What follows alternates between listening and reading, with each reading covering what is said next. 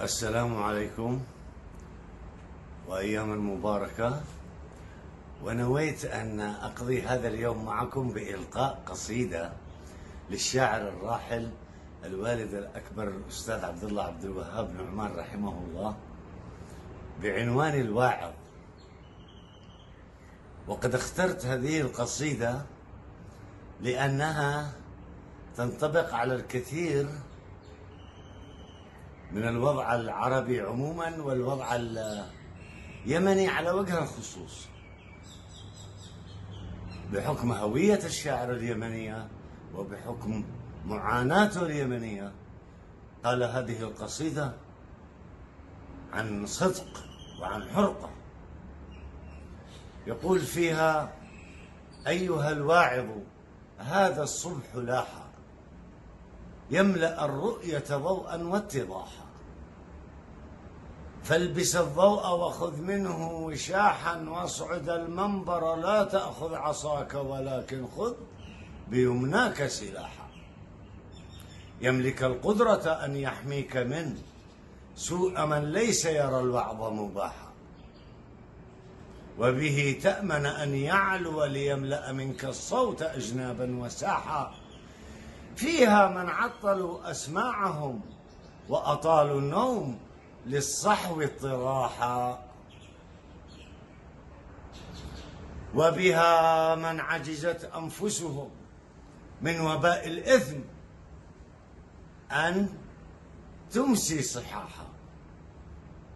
أيها الواعظ، قل لللابسين سواد الليل أن الديك صاحا، أيها الواعظ قل للجالسين على الجرح بأن الجرح قاحا، حزن أن تنفقوا الجد مزاحا، حزن أن تنطقوا الحرف افتضاحا، حزن أن تخنقوا للصدق صوتا كما لو كان من كلب نباحا، حزن أن تقلقوا أو تقلقوا من تظنون به الصمت صياحا، حزن أن تغدقوا السحت على كذب القول وأن ترشوا سياحا، حزن أن تلعقوا الآثام في الناس والأخلاق قيحا وجراحا، حزن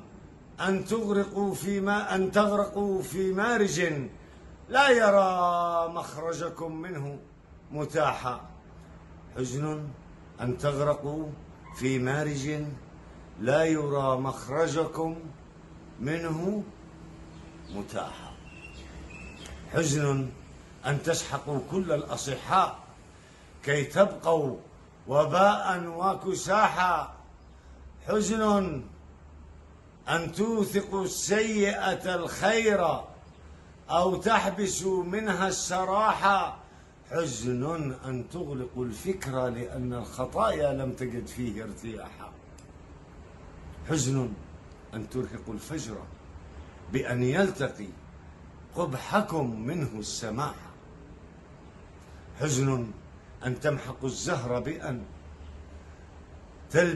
تلبسوا أوزاركم منها الأقاحة، حزن أن تمحقوا الزهر بأن تلبسوا أوزاركم منها الأقاحة، حزن أن تلصقوا الأجنحة البيض في العريان لم تبقوا جناحا، حزن أن تطبقوا فوق القناديل والضوء ظلاما ورياحا، حزن أن تحرقوا كل مضيء كما لو كان مولودا سفاحا، حزن أن تعشقوا الطاعة من قامة العملاق حبوا وانبطاحا،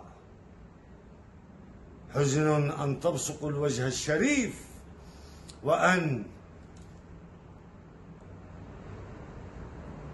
تحتصلوا الوجه الوقاح، حزن أن تبصقوا الوجه الشريف وأن تحتضنوا الوجه الوقاحة، حزن أن تبصقوا الوجه الشريف وأن تحتضنوا الوجه الوقاحة، حزن أن تطلقوا السوء وأن تخجلوا أن تكبحوا منه جماحا.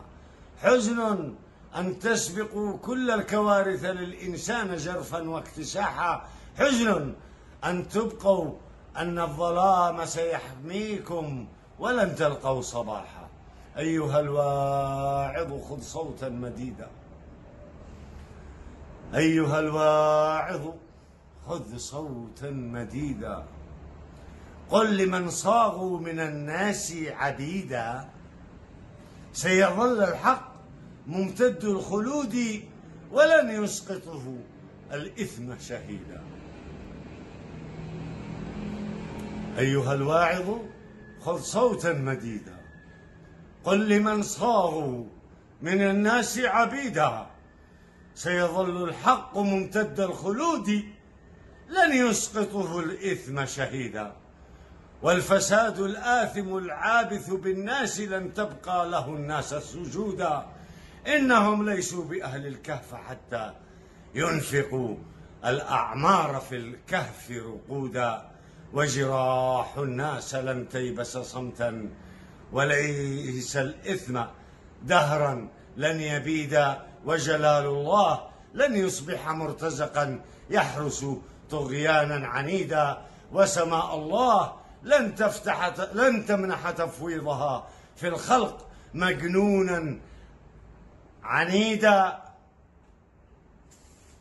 وجراح الناس لن تيبس صمتا،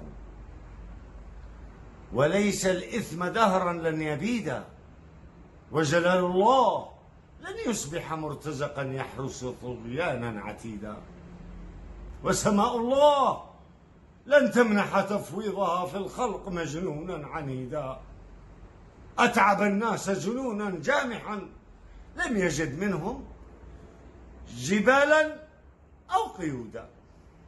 إن يكن في الشوط إنما عجز الصوت، إن يكن في الصوت إنما عجز الصوت أن يوقع في الإثم الحدودا. إن يكن في الصوت إنما عجز الصوت أن يوقع في الإثم الحدودا. وتغاضي الصوت عن جلد البشاعة لا يعطي له صيتا حميدا. بل ترى كل المذمات وقد سرحت فيه عفونات ودودا. وهو إما ضالع في الإثم أو عاجز أفظع عجز أن يريدا. وهو صوت سيء لا يجلد السوء بل يجلد بالسوء الجلودا. كم بين الخير من عشاق أنفسهم جهلا ببلواه سعيدا. كم يئن الخير من عشاق أنفسهم جهلا ببلواه سعيدا. كم يئن الخير من عشاق أنفسهم جهلا ببلواه سعيدا. إن عشق النفس لا يبذر إلا سلوكا يرهق الناس بليدا.